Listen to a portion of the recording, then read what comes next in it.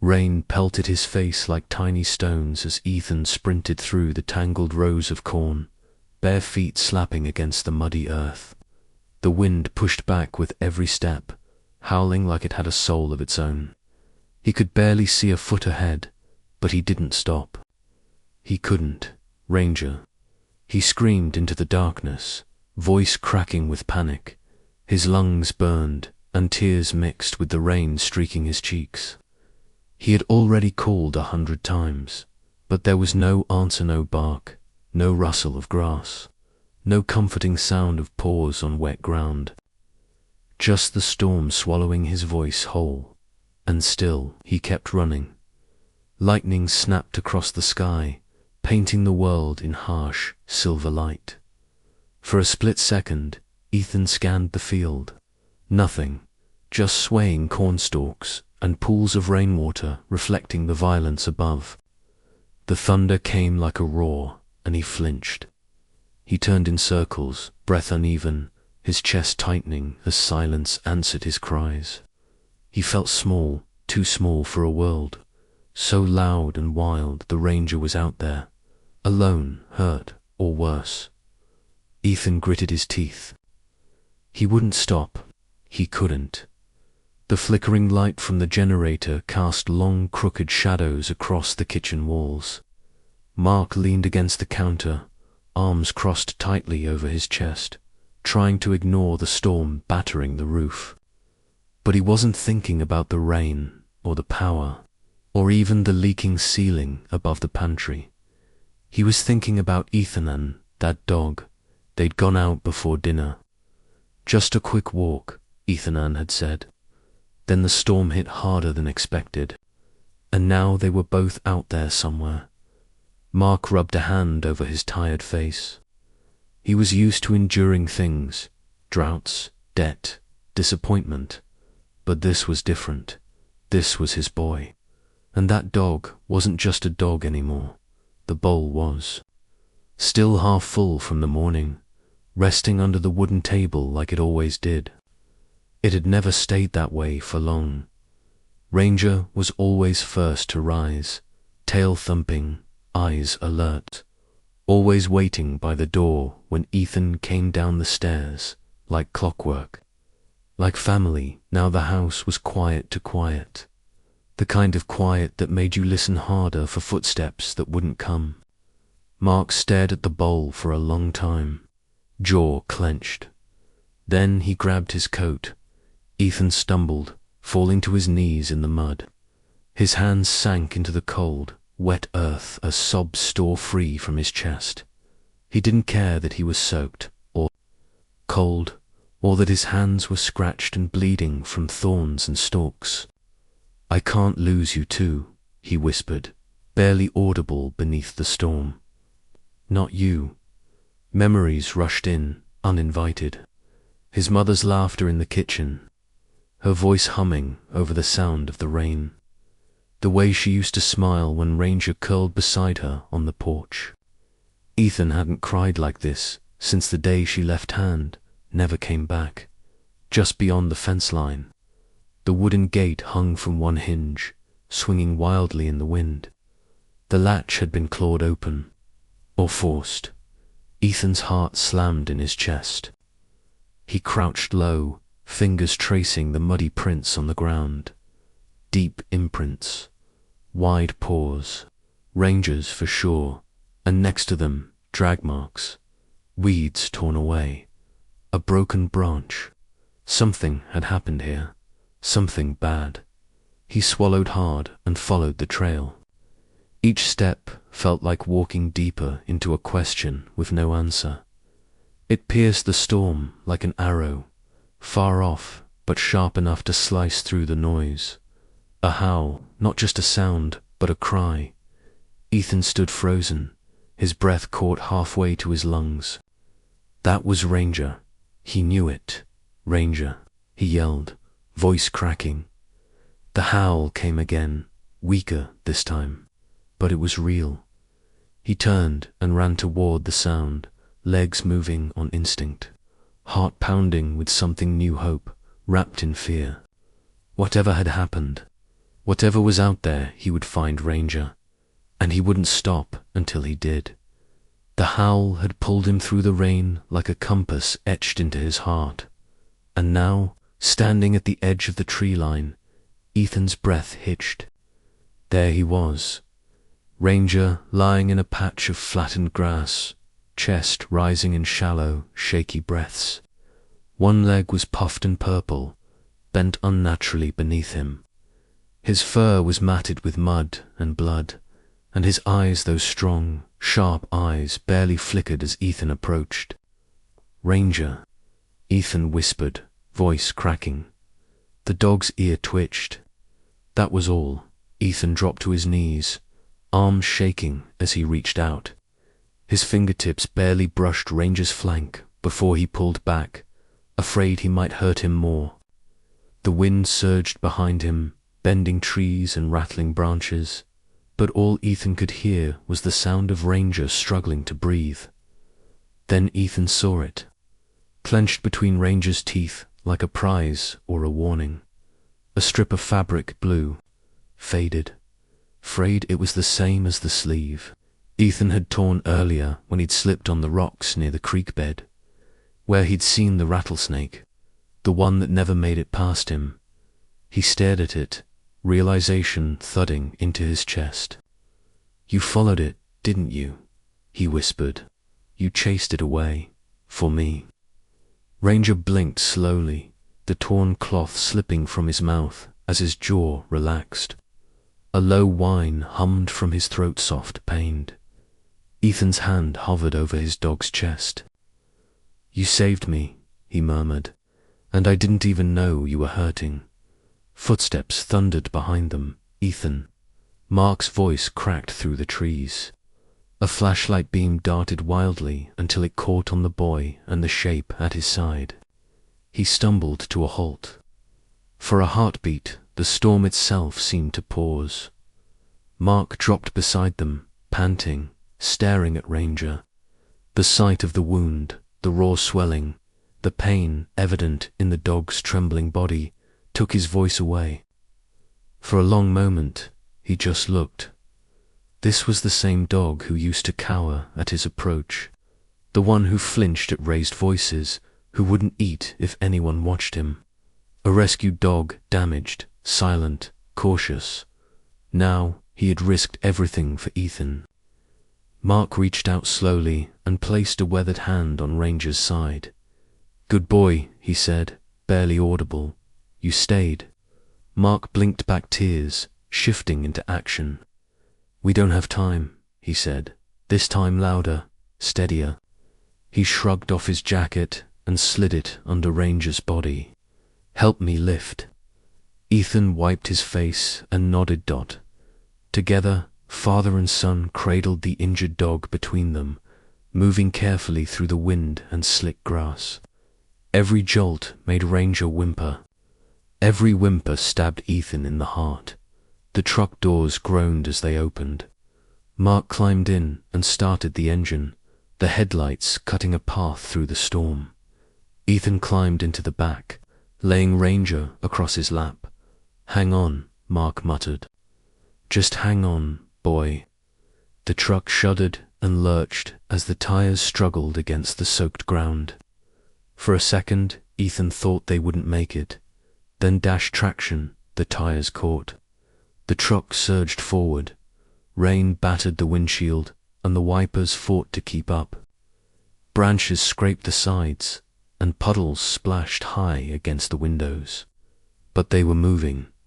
Ethan held Ranger close, feeling the dog's shallow breaths flutter against his ribs.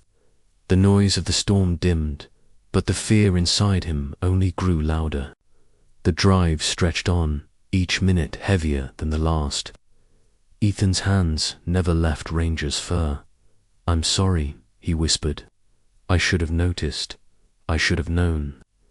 Ranger's eyes flickered open for a second, cloudy but warm. "You saved me. I won't let you go. I won't." The words came like a flood now, spilling from a place he hadn't touched since the funeral. "I still need you," he said, voice catching. "You can't leave. Please, Ranger, please. The truck hit a bump. Ranger let out a sharp breath but didn't move. Ethan pressed his forehead to the dog's. You fought for me. I'll fight for you now, I promise.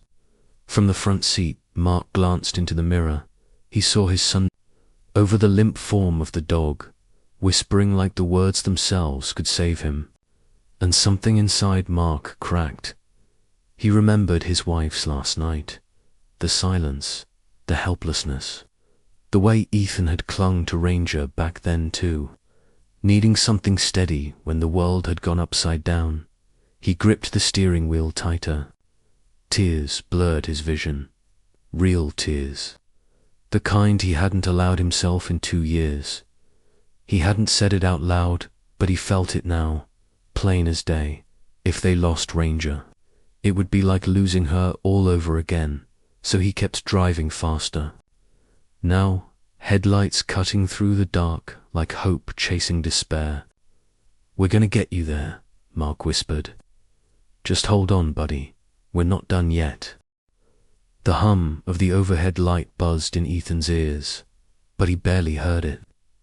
His world had shrunk to the rhythmic rise and fall of Ranger's chest, barely rising, barely falling.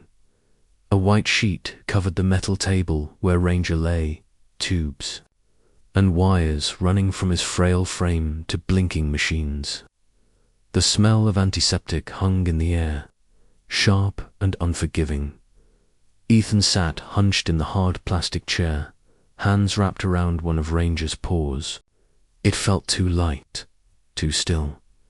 I'm right here, he whispered, voice hoarse from crying. I'm not leaving. The vet had said it was touch and go. That night would tell them everything. And so Ethan sat, never blinking, barely breathing, afraid that if he let go even for a second, Ranger would slip away. Morning arrived in a thin grey light. The vet returned with a clipboard and a look Ethan had learned to dread. Kind, but uncertain. The venom caused a lot of tissue damage, she said gently, speaking to both Ethan and Mark. He's made it through the worst of it, but we're not out of the woods. There could be internal bleeding, infections, neurological side effects. Mark stood quietly, jaw tight. Ethan asked, but he's going to live. The vet hesitated. If he does, it won't be easy. He'll need around-the-clock care. Medication, wound cleaning, physical support. No problem, Ethan said quickly. We'll do it, I'll do it. Mark placed a hand on Ethan's shoulder, but this time it wasn't to hold him back. It was to steady him. The barn smelled of hay and old wood, but Ethan had scrubbed the corner clean and laid down every blanket he could find, an old pillow, a box fan, and 2 bowls, one for water, one for crushed ice. Mark had offered to keep Ranger in the house, but Ethan insisted. The barn was where Ranger felt safest, away from crowds, from noise, from memories. Ethan laid beside him, one hand resting on Ranger's shoulder. The dog flinched at first, then settled. I've got you now, Ethan said, tucking the blanket around Ranger's body like it could guard him from the past, the pain, the fear. And as the wind rustled the barn roof, the boy and the dog began their quiet fight back toward life together. The days blurred into a quiet rhythm. Ethan woke early, checked Ranger's bandages, cleaned the wounds like the vet showed him. He whispered encouragement through the hard moments and read aloud too. Fill the silence. And then one afternoon Ranger licked his hand. It wasn't much, just a slow, hesitant movement of his tongue. But it shattered something in Ethan. He laughed and cried all at once, gripping Ranger's paw like it was the most important treasure he'd ever held. After that came more signs. A twitch of his tail, a half-lifted head. His ears pricked when Ethan entered the barn. No words were needed. Their bond was growing again deeper now. shaped by suffering and trust. 2 years ago, they found Ranger at the shelter. His ribs were showing, and he didn't make a sound when they passed his cage. No bark, no tail wag, just eyes like storm. Clouds, dark, unreadable. Ethan had picked him, not because Ranger looked friendly, but because he looked like someone who had been hurt and survived anyway. At first, Ranger had refused affection. He wouldn't eat from Ethan's hand or sleep in the same room, but Ethan was patient. And one night, after a thunderstorm just like this one, Ranger crawled onto Ethan's bed and laid his head on the boy's chest. That was the first time Ethan had slept without nightmares since the funeral. Late one evening, Ethan sat cross-legged beside Ranger, holding a flashlight and tracing circles in the dirt with his finger. Ranger's breathing had steadied. He was healing, but slowly. Ethan's voice was quiet. "You know, sometimes I feel like you're all I've got left." He swallowed, the lump rising in his throat. "Dad's, he's trying, I know. But ever since Mum, it's like there's a wall between us. Like if we talk about her, she disappears more." Ranger shifted closer, resting his muzzle on Ethan's foot. "I don't talk about this stuff to anyone else," Ethan said, blinking fast. "Just you." There was no answer. There didn't need to be one. Ranger's quiet presence was the answer. Mark stopped just outside the barn, arms crossed, watching his son and the dog from a distance. He had never quite understood how Ethan could connect so deeply to that animal, especially one that had once been so broken, but lately, he was beginning to get it.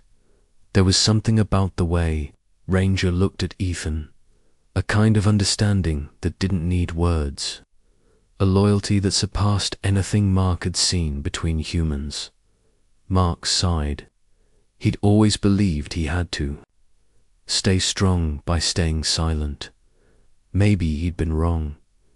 A week passed, then two. The Ranger could stand now and walk a little, but his right hind leg dragged more each day, the muscles weakening instead of rebuilding. At the follow-up appointment, the vet knelt beside him and gently examined the leg. She looked at Mark, then Ethan. "The venom may have done more damage than we thought. Blood supply is not recovering. If things don't improve soon." She didn't finish the sentence. Ethan's hands curled into fists. "He's just tired." He insisted. "He just needs more time." Mark didn't speak. Not right away. Finally, he asked the question Ethan couldn't. "If we wait, are we putting him in more pain?" The vet hesitated.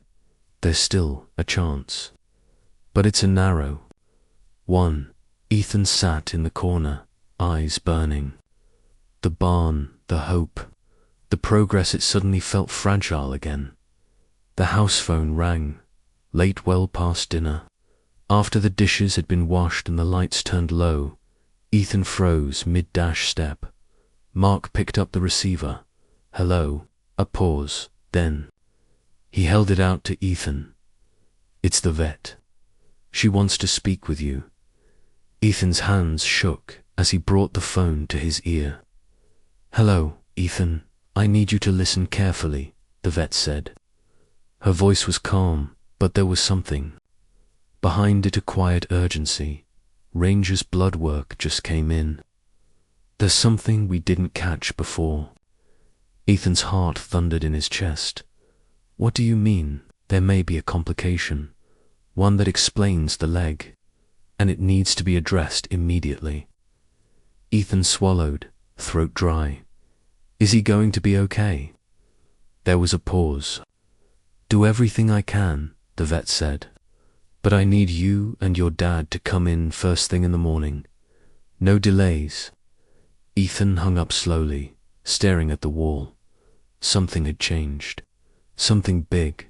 He turned to Mark. "We have to go back. early. Mark studied his son's face and nodded. The morning was quiet, too quiet. Ethan had been walking slowly through the side pasture, Ranger limping beside him, each step deliberate but determined. The sun had barely cleared the hills. Dew clung to the grass, and the air was thick with the scent of earth. Ranger paused, ears twitching. Then, without a sound, he dropped. His body hit the ground with a dull thud, kicking up a puff of dirt.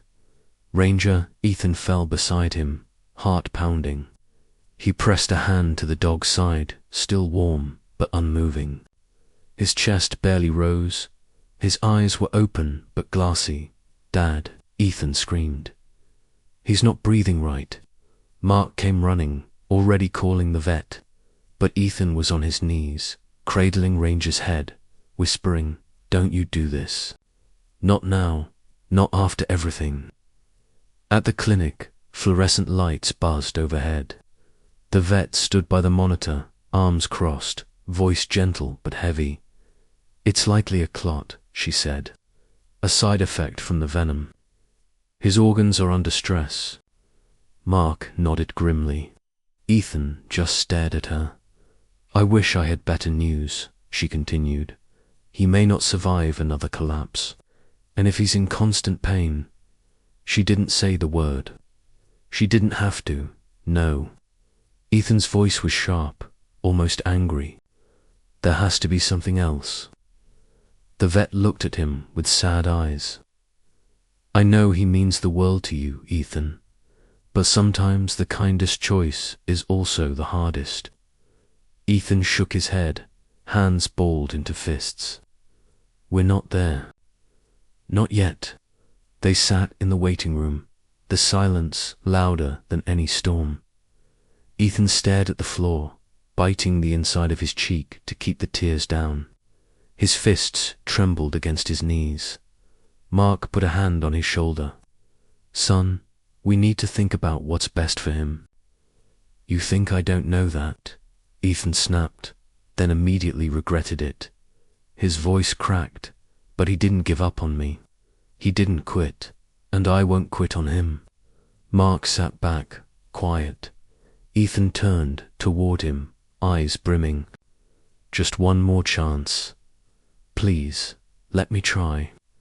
Mark looked at him for a long moment. Then, slowly, he nodded.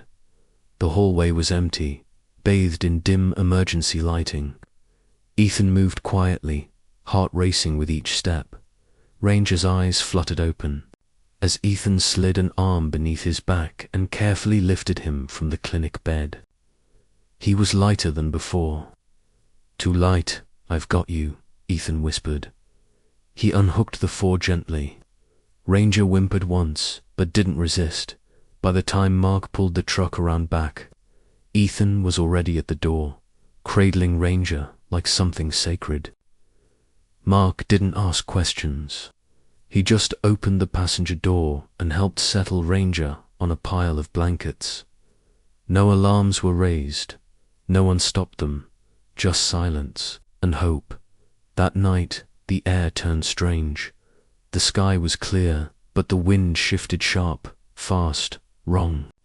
The barn creaked. The chickens rustled uneasily in their coop. Ethan had fallen asleep beside Ranger again, curled on the barn floor. Then a growl pierced the night, low, close. Ranger's ears twitched. He pushed himself up slowly, his body trembling. From the open barn door, Ethan saw them, two glowing eyes, low to the ground. Inching closer, a coyote. Mark's rifle was in the house. Too far. Ethan scrambled to his feet. "Get back," he yelled, grabbing a pitchfork. But before he could move, the Ranger stood. Ranger's body shook. Every step was a struggle, his braced legs scraping against the floorboards. But he didn't stop. The coyote stepped forward, baring its teeth. It was thin, desperate, drawn by scent and sound. Then Ranger let out a sound Ethan had never heard before. a guttural, primal growl that shook the barn's beams. He launched himself forward, slamming into the coyote with every ounce of his remaining strength. The animals tumbled across the barn floor, snarling, snapping. Ethan shouted, "No," as he ran forward. But it was over in seconds. The coyote bolted out the door, yelping into the dark. Ranger collapsed again, chest heaving, fur bloodied not from fresh wounds, but from reopened scars. Ethan dropped beside him. "Why do you keep doing this for me?" Ranger blinked slowly and rested his head on Ethan's knee. Mark had watched it all from the porch, frozen dot by the time he reached the barn. The danger was gone. But what he saw instead was a battered dog, limping back through the open door. Not broken, but proud. Not broken, but proud. Mark crouched down, his voice caught in his throat. "You protected him, again." Ranger stopped just short of Mark, breathing hard. Then, slowly, he took one more step and leaned his head against Mark's chest. For the first time in 2 years, Mark cried without shame. In the following days, something changed. Mark ordered supplies, online straps, foam padding, aluminum rods. He watched tutorial videos, printed diagrams. Ethan helped hold pieces in place as they worked by lantern light. They built something new, a better brace, stronger, custom fit. When they finished, Ethan slipped it gently onto Ranger's leg. The dog stood shaky, but upright. Together, they stepped outside into the early morning light. Mark placed a hand on Ethan's shoulder. "I think he's gonna make it." Ethan smiled through tears. "We all are."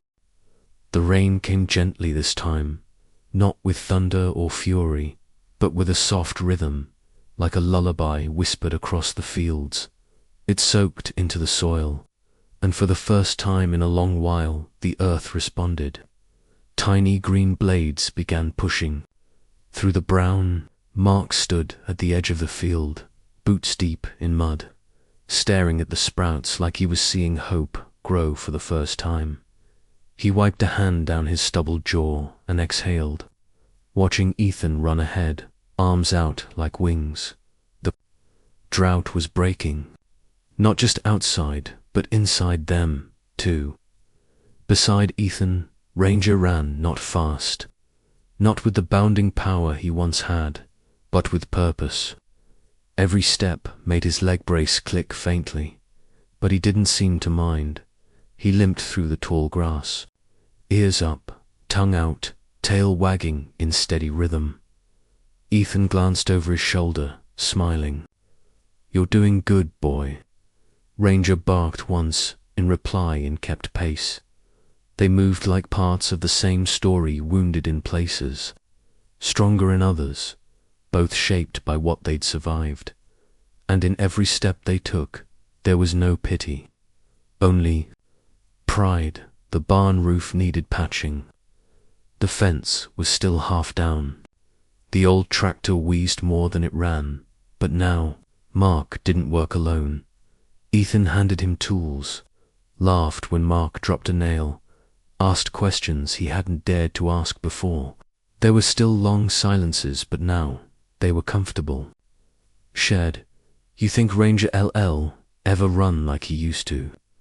Ethan asked one evening as they sat on the porch, watching the dog chew lazily on a stick. Mark shrugged. "Maybe, but I don't think he needs to." Ethan nodded. "Yeah, me neither." They didn't need to speak the rest. They were healing, one task, one look, one day at a time. The vet's office smelled of antiseptic and dry dog biscuits, just. Like always, Ranger stood with his chest out and head high as the vet gently ran her hands along his back and checked the scarred leg. She shook her head, marveling. "You know, I wasn't sure he'd ever walk again, and now I'd call this a miracle." Ranger looked up at her, tail thumping lightly. Ethan smiled. He doesn't care about the word. He just wanted to be here. Mark folded his arms, a proud look in his eyes. And we're lucky he is. The crowd was bigger than he expected. Ethan stood at the front of the stage, palms sweaty, heart thudding. Ranger sat by his feet, leash loose in his hand. The microphone popped as he leaned. My name's Ethan, he began, voice small but steady. And this is my best friend, Ranger. He paused. A few people nodded. A year ago, he got bitten, saving my life. Everyone said he wouldn't make it, but he did. Because he's brave. And because we didn't give up. Ranger barked once. And a few in the crowd laughed gently. Ethan smiled and stood a little taller. After the speech, people came up, one by one shaking Ethan's hand, patting Ranger gently. I remember when that dog wouldn't even look a person in the eye. One man said, another nodded. He's got fire in him, just like his owner. Mark watched from a few steps away, arms crossed, smiling quietly. He could see it the way the town now looked at Ethan, not with sympathy, but with admiration. And the land once dry, brittle, starved was green again. The change wasn't just in the field or the dog.